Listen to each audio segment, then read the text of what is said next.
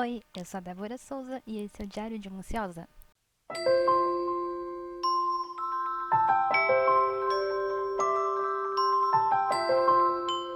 Bom, se você está assistindo esse vídeo, é porque, por algum acaso, você procurou algo sobre ansiedade generalizada, ansiedade, depressão, síndrome do pânico, e eu estou aqui para falar sobre esse assunto.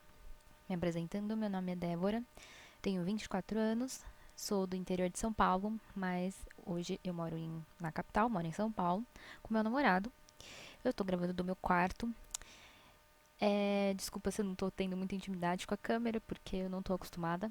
Eu sou formada em jornalismo, mas mesmo assim, a câmera e eu ainda a gente não tem tanta intimidade.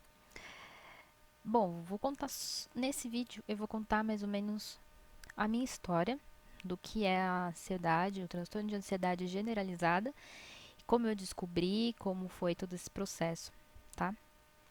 É, como eu disse, eu sou jornalista e eu tenho um blog que fala sobre a minha experiência no tratamento de transtorno de ansiedade generalizada. O que é esse nome, né? Que abreviando fica TAG. Na verdade, a ansiedade mesmo é algo comum. A ansiedade ela é uma ferramenta, né? Na verdade, é uma forma de defesa do nosso corpo para que a gente não chegue a fazer besteiras, né? Ser destemido assim ao ponto de nos prejudicar. Por exemplo, eu vou me jogar de uma ponte e eu não tenho medo do que vai acontecer. Na verdade, a ansiedade ela é para isso. E também para a gente ficar animado com coisas novas, por exemplo. Nossa, eu tô muito ansiosa porque eu vou começar um trabalho novo, isso é super legal, não sei o quê. Então, a ansiedade, nesse sentido, ela é bem comum, ela é normal, na verdade.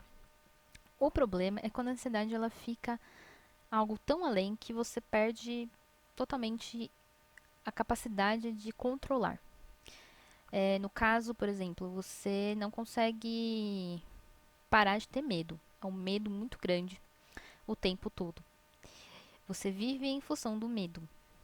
Então, esse medo pode também trazer alguns sintomas físicos. No meu caso, era a falta de ar muito forte. Eu não conseguia respirar. Era também uma suar frio e crise de choro, porque você tá meio que em pânico, assim. Você acha que tudo vai desmoronar, que você não vai conseguir dar conta.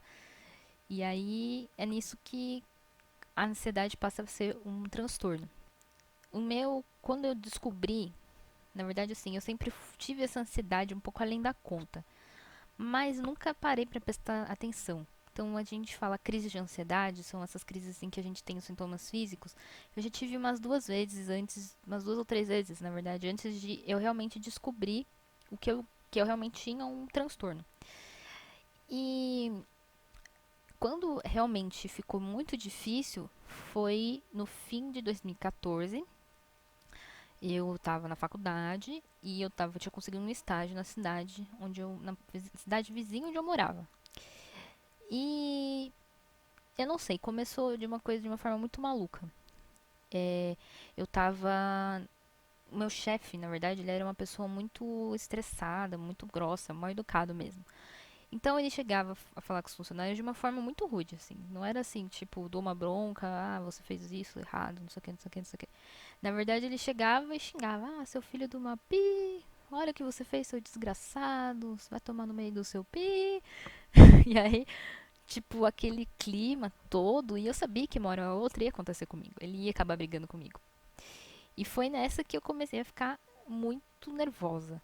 Tipo, eu comecei a ter esses sintomas físicos, essa falta de ar, esse suar frio o dia inteiro no trabalho, eu acordava chorando, acordava mal e não passava e tipo, medo dele gritar comigo, porque eu ia falar assim, pensava assim, eu tinha duas reações. Ou eu mandava ele para aquele lugar e me demitia, ou engolia seco e continuava. E todo mundo acha que é meio normal, né? As pessoas agirem assim, ah, tipo, o cara é mal educado, ele nem liga, ele é grosso mesmo. Tipo, mas não é. E pra mim era pior, porque aquilo me desencadeou uma coisa muito louca, assim, em que eu fiquei mal e eu passava mal todo dia. Então, e aí, tipo, eu ia pro trabalho chorando, eu voltava do trabalho mal, eu só queria ficar dormindo, Eu não conseguia fazer nada mais assim de uma forma muito mais, sabe, com energia, sabe? Tinha perdido tudo isso e passando mal o tempo inteiro. E na época, o meu namorado, que é o meu namorado ainda hoje, ele já tinha alguns casos assim na família, e já tinha uma certa noção, porque na verdade os meus pais mesmo, eles não tinham percebido. Acharam que você só tá nervosa, você só tá estressado e tal. E meu namorado falou assim: não, tem alguma coisa errada. Tipo, vamos no médico, você precisa ver o que tá acontecendo, porque você não é assim. Aí, um pouco antes de eu realmente ter que ir pra uma psiquiatra, eu fui numa psicóloga que era na cidade onde eu moro, nessa cidade, né, que eu trabalhava.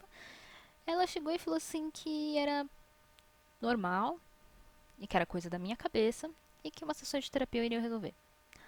Aí eu falei, mas peraí, gente, tipo, eu tô passando no mesmo. Eu preciso de drogas.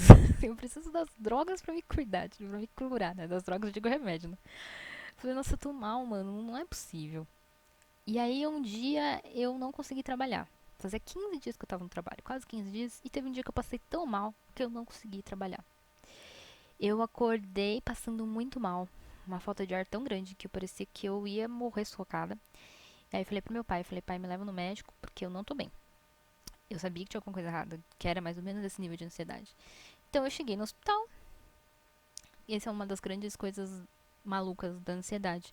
Os sintomas físicos são realmente coisas da sua cabeça, porque você chega e faz exame de eletrocardiograma, você faz todos os outros exames pra ver se você tá com algum problema no coração, um problema respiratório. Você não tem nada. É tudo coisas da sua cabeça mesmo.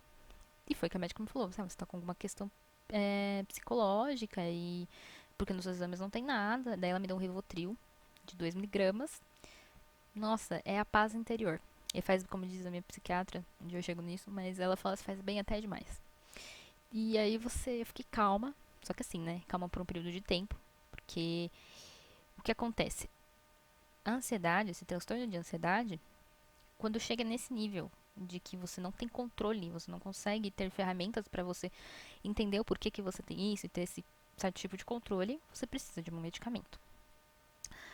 É, então chegou um dia que meu namorado chegou e falou assim: não, você precisa, vamos fazer o seguinte, você sai desse seu estágio, você pede demissão, a gente vai no médico e você vê o que você tem de verdade e começa a fazer um tratamento. Aí eu falei, mano, mas poxa, faz só 2 semanas que eu tô aqui, pô, vou sair, né? Nossa, mano, que saco. Depois de um tempo que eu tava tentando um estágio e tal. E no fim das contas não tava dando mesmo. Não consegui. Eu tava vendo o dia que eu ia, sei lá, o que ia acontecer. E aí eu saí. E na segunda, isso foi numa sexta, na segunda-feira, eu fui numa psiquiatra e expliquei todos os sintomas pra ela. E também, assim, além de todos os sintomas, ele te acarreta tipo uma depressão também. Porque você vê que você tá perdendo a sua capacidade de fazer as coisas, você perde o controle, você não consegue fazer as coisas. E aí ela assim, falou assim, então, você tá realmente com uma ansiedade muito forte e isso se chama transtorno de ansiedade generalizada, que também ela dá esses sintomas de depressão e de síndrome do pânico. Síndrome do pânico por quê? Porque você tem medo de sair de casa, você tem medo de cruzar com outras pessoas, você tem medo de falar com as pessoas, de encontrar muita gente, e eu tive isso. Então é uma coisa assim que realmente mexe com você, mexe mesmo.